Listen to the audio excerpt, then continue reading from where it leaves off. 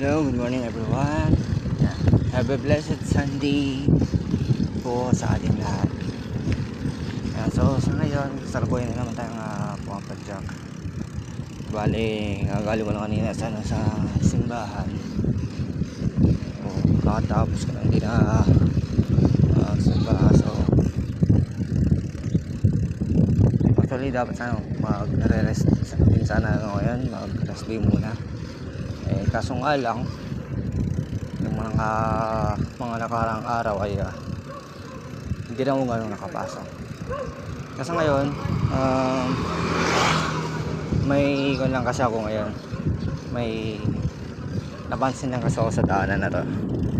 Eto yan, kung maalala nyo yung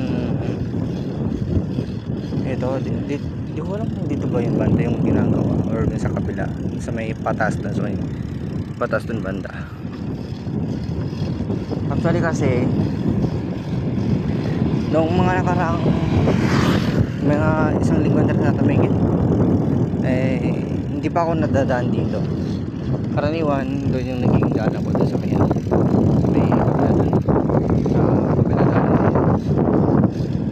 Ngayon subukan kong dadaan dito, titignan para makita ko kung okay na ba yung daanan dito, kasi mas safe dumaan dito, mas okay.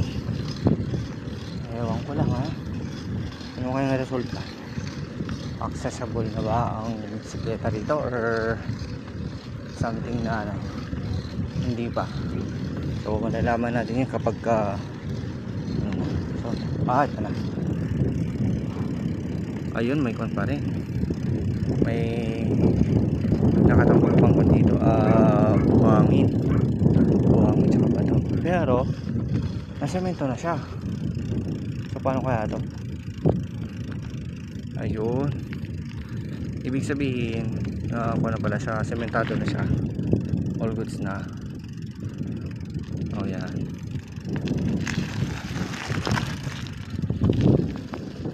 so yan yung daanan.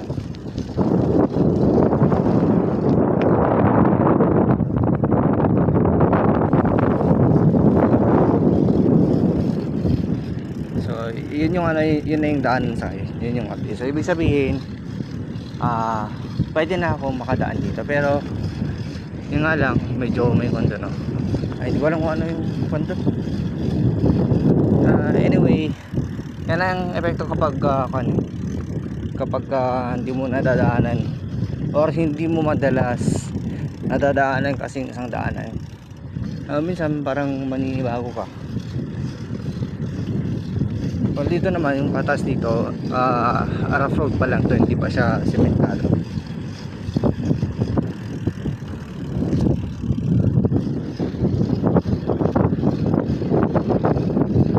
Kaya makikita ko kung ano, pwede na matungkulan. Actually yun, pwede na yan, pwede naman na, pwede na. Tapos ito talaga rough road pa rin to ito rough road pa rin talaga yan, pero ito sementado, so all goods. Tapos lulusot ako dun sa sa kabila. Actually kasi mas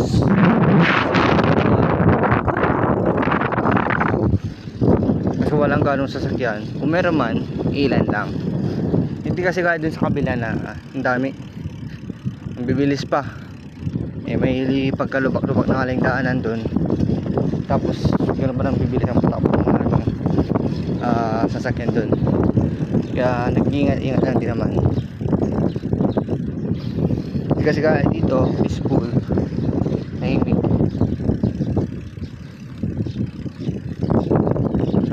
Dadaan na ako dito sa kabila para susunod ko dun.